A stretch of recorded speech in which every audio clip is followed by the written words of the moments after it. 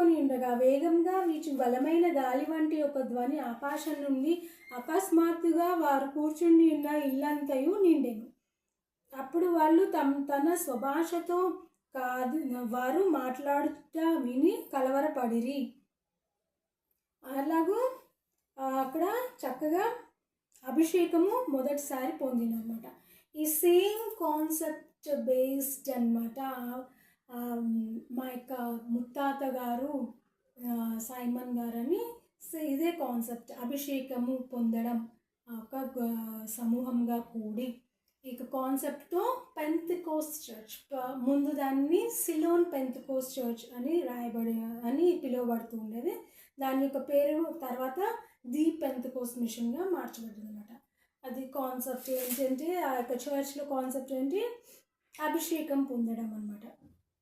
అది మళ్ళీ వేరే బ్యాప్టిస్ట్ చర్చ్ కానీ ఏ చర్చ్లో అయినా ఇక అభిషేకం అనే కాన్సెప్ట్ని ఎవరు ఫాలో అవ్వరు.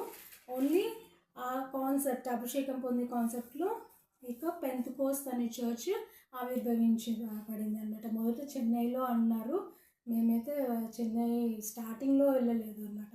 స్టార్టింగ్లో మాకు తెలిసి మా నాన్నగారు first follower of the Pentecost church అనమాట. మా ముత్తాత గారు దాన్ని ఫామ్ చేస్తే మా నాన్నగారు తన యొక్క ఏమంటారు పెళ్ళి కాకముందే, before marriage only, he was converted into an Pentecost church believer. చక్కగా యవన ప్రాయంలోనే మా నాన్నగారు 1975 సంవత్సరంలో ఆ యొక్క కాన్సెప్ట్ మీద ఫామ్ అయిన పెంతెకోస్ట్ చర్చ్ కనుగొనడం, మా నాన్నగారు వెళ్ళి అక్కడ చక్కగా అభిషేకము అన్య భాషలు పొందడం జరిగింది అన్నమాట. తర్వాత మా నాన్నగారి తర్వాత మేమందరం ఆ యొక్క చర్చ్కి వెళ్ళడం అదంతా జరిగిందంట. అట్లాగూ ఈ కాన్సెప్ట్తో మా యొక్క పెంతెకోస్ట్ చర్చ్ అనేది ఫామ్ అయిందనమాట. ఫస్ట్ వరంగల్లో మా నాన్నగారు అటెండ్ అయ్యారు, తర్వాత ఖమ్మంలో. ఇప్పుడు ఖమ్మంలో ఇప్పటికీ మా నాన్నగారు ఇప్పుడు 80 ఏళ్ళు, దగ్గర 78 ఏళ్ళ వయసు. ఇప్పుడు 25 ఏళ్ళ వయసు నుంచి ఇప్పుడు 78 ఏళ్ళ వయసు దాకా ఆ యొక్క పెంతెకోస్ట్ చర్చ్నే చక్కగా ఫాలో అవుతూ అక్కడికి వెళ్తూ ఉన్నారనమాట.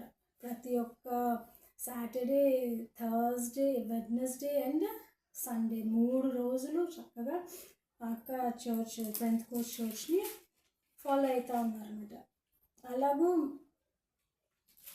సేమ్ మేము కూడా ఎప్పుడైనా వెళ్తే ఇక్కడ కూడా పూనాలో కూడా ఉన్నప్పుడు మేము ఎప్పుడు వెళ్ళినా చర్చ్ అంటే పెంతెకోస్ట్ చర్చ్. ఇక్కడ హైదరాబాద్లో కూడా ఆర్సీపురంలో పెంతెకోస్ట్ చర్చ్. అలాగూ 2వ అధ్యాయంలో మొత్తం బైబిల్ మొత్తంలో ఆఫ్కోర్స్ ఓల్డ్ టెస్ట్మెంట్లో దావీదు గారు పొందారు, అభిషేకించబడ్డారు, అప్పుడే అతను రాజుగా మార్చబడ్డారు. అలాగూ రాజుగా అభిషేకింపబడ్డారు అన్న వర్డ్స్ విన్నాము మనం పాత నిబంధనలో. కానీ కొత్త నిబంధనలో ఇదే ఫస్ట్ టైం అభిషేకం అంటే చక్కగా అన్య భాషలు మాట్లాడడం ఇదనమాట. అలాగే పెంతెకోస్ట్ చర్చ్ ఫామ్ అయిందనమాట. తర్వాత పేతురు గారు, ఈ 12 మంది శిష్యుల్లో పేతురు గారు ప్రధాన పాత్ర పోషించారన్నమాట పరిచర్యను కొనసాగించడంలో. అతను ఆల్మోస్ట్ 7-8 మిరాకిల్స్ చేశారు, అద్భుత క్రియలు, స్వస్థత క్రియలు, సూచక క్రియలు చేస్తున్నారన్నమాట. అట్లాగూ ఒక ఇంపార్టెంట్ వర్స్ ఏంటంటే పేతురు ఏమని చెప్తాడంటే, మీరు మారు మనసు పొంది పాపక్షమాపణ నిమిత్తం ప్రతివాడు యేసుక్రీస్తు నామమున బాప్తీసం పొందుడి, అప్పుడు మీరు పరిశుద్ధాత్మ అనువరము పొందుదురు. అయితే పరిశుద్ధాత్మ ఎట్లా పొందుతారు? ముందు మారు మనసు పొందాలి, తర్వాత పాపక్షమాపణ నిమిత్తము బాప్తీసం పొందాలన్నమాట. మా నాన్నగారు కూడా 1975లోనో 6లోనో 74లోనో బాప్తీసం పొందినారు. తర్వాత అభిషేకం దిగి వచ్చిందనమాట. అట్లాగూ అప్పట్లో బాప్తీసం పొందడం అంటే అది ఒక క్యాస్ట్ సర్టిఫికేట్ కోసం మా నాన్నగారు పొందినారులే, కానీ అసలైతే God had led him through that procedure of taking baptism and taking the Holy Spirit from Almighty. So that was God's guidance. ఇప్పటికీ మా నాన్నగారికి అభిషేకం ఉందన్నమాట. అందుకని పరిశుద్ధాత్మ యొక్క నడిపింపు అనమాట. అలాగూ అయితే వీళ్ళకి ఫండ్స్ ఎట్లా వస్తాయి అపోస్తులకి? అప్పట్లో ఏమైందంటే చూడండి, ఎంత పరిశుద్ధత, ఎంత భక్తి ఉండేదో అప్పట్లో అపోస్తుల కార్యముల సమయంలో. ఎన్నో అధ్యాయము, 4వ అధ్యాయము 34వ అధ్యాయం వచనం. భూములైనను ఇండ్లైనను కలిగిన వారందరూ వాటిని అమ్మిన వాటి వెల తెచ్చి అపోస్తుల పాదముల యొద్ద పెట్టుచూ వచ్చిరి. అలాగూ దాని వెల బర్నబా ఒకడు తన భూమి గలవాడై ఉండి దానిని అమ్మి దాని వెల తెచ్చి అపోస్తుల పాదం యొద్ద పెట్టెను. అలాగూ అపోస్తులు తమ యొక్క పరిచర్య చేయుటకు చాలామంది వారి యొక్క భూములను, ఆస్తులను అమ్మి తీసుకొచ్చి అపోస్తుల పాదముల దగ్గర పెట్టేవాళ్ళంట. చూసారా ఎంత భక్తి భయము ఉండేదో. ఇప్పటికీ మా పెంతెకోస్తులో అంతే భక్తి. అసలు ఒక గద్దింపు లాంటిది ఇచ్చినా కూడా మా చర్చ్ బ్రదర్స్ మేము ఓపికగా వినడమే కానీ ఎదిరించడం లాంటిది ఉండదు ఇప్పటికీ మా పెంతెకోస్తులో. అంతా వినయ విధేయతలు, భయభక్తులు మాకు అక్కడ చర్చ్లో నేర్పిస్తారన్నమాట. అలాగే రెండోసారి చెరసాలలో వేస్తూ ఉన్నారు. ఇంకెక్కడ వీళ్ళకి బ్యాక్ బోన్ లాగా జీసస్ ఉండేవాడా, ఆ బ్యాక్ బోన్ జీసస్ పునరుద్ధారణై వెళ్ళిపోయాక వీళ్ళకి సపోర్ట్ ఎవరు లేక ఊరికే అక్కడున్న న్యాయాధిపతులు అందరు తీసుకుపోయి చెరసాల్లో పడేయడం మొదలుపెట్టారు పేతుర్ని. చాలాసార్లు 4-5 సార్లు పాపం పేతుర్ని అయితే కొట్టి జనులతో కొట్టించి జైలు పాలు చేయడం. మళ్ళీ దేవుడే వచ్చి దేవదూతని పంపించి చెరసాలలో నుంచి తీయడం. పౌలు సీలలు కలిసి చెరసాలలో నుంచి పాటలు పాడగా జైలు యొక్క గోడలు ఓపెన్ అవ్వడం, డోర్స్ ఓపెన్ అవ్వడం, వాళ్ళు బయటికి రావడం, ఇవన్నీ మనకి తెలిసినవి, క్రిస్టియన్స్ అందరికి తెలిసినవి కదా. అలాగూ వాళ్ళకి గడ్డు కాలం అంటారు కదా, ఆజ్ఞాపించారన్నమాట. ఏమని అసలు చూడండి ఎంత గట్టిగా చెప్తున్నారు. యేసు నామమును బట్టి బోధించకూడదని ఆజ్ఞాపించేను. అట్లా ఆజ్ఞాపించడమే. వాళ్ళ న్యాయాధిపతులు వాళ్ళందరూ శతాధిపతులు పిలిపించి వీళ్ళని అపోస్తులని యేసు నామమున మీరు బోధించకూడదు అని ఆజ్ఞాపించారన్నమాట. ఆజ్ఞాపించి అయినా కూడా వాళ్ళు ఏమన్నారు, ఒకటే మాట అన్నారు. ఏమన్నది?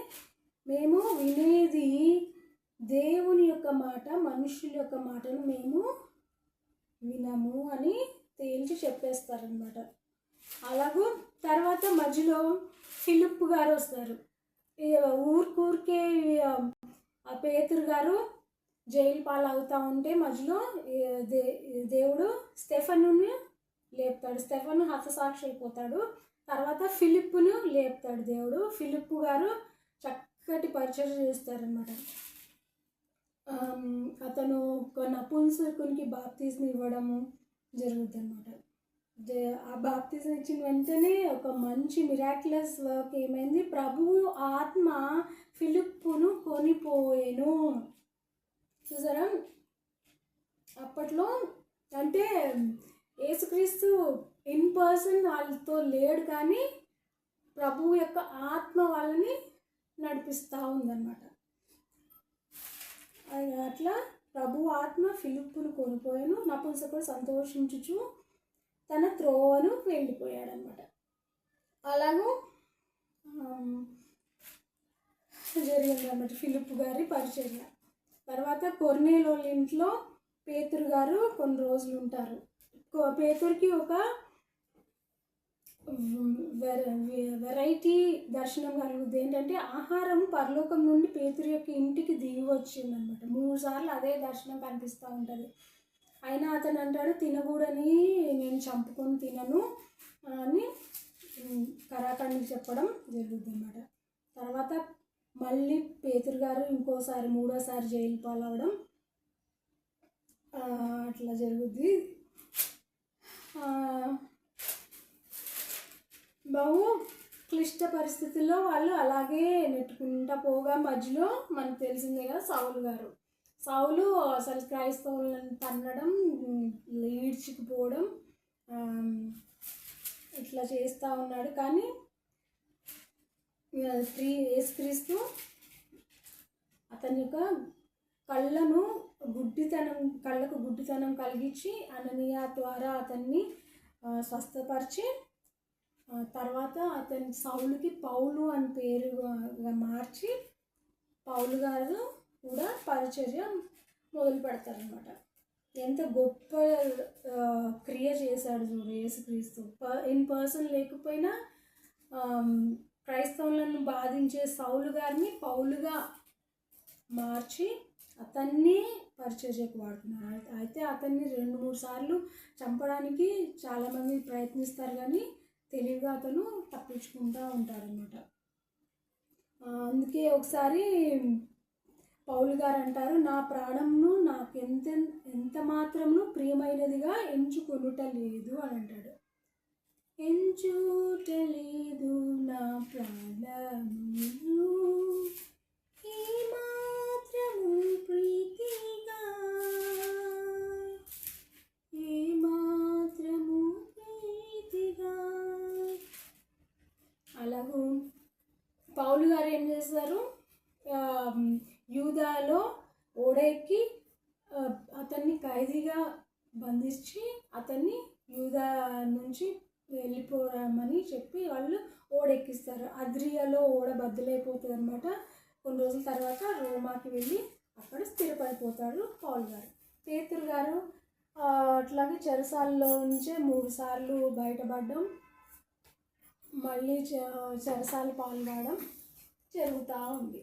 అలాగూ యేసుక్రీస్తు గారి పునరుద్ధానం తర్వాత పౌలు, పేతురు, స్టెఫెను వీళ్ళందరూ, ఫిలిప్పు గారు బహు కష్టకాలము ఉండే కానీ ఆ కష్టకాలంలోనే వాళ్ళు పరిచయం చేస్తూ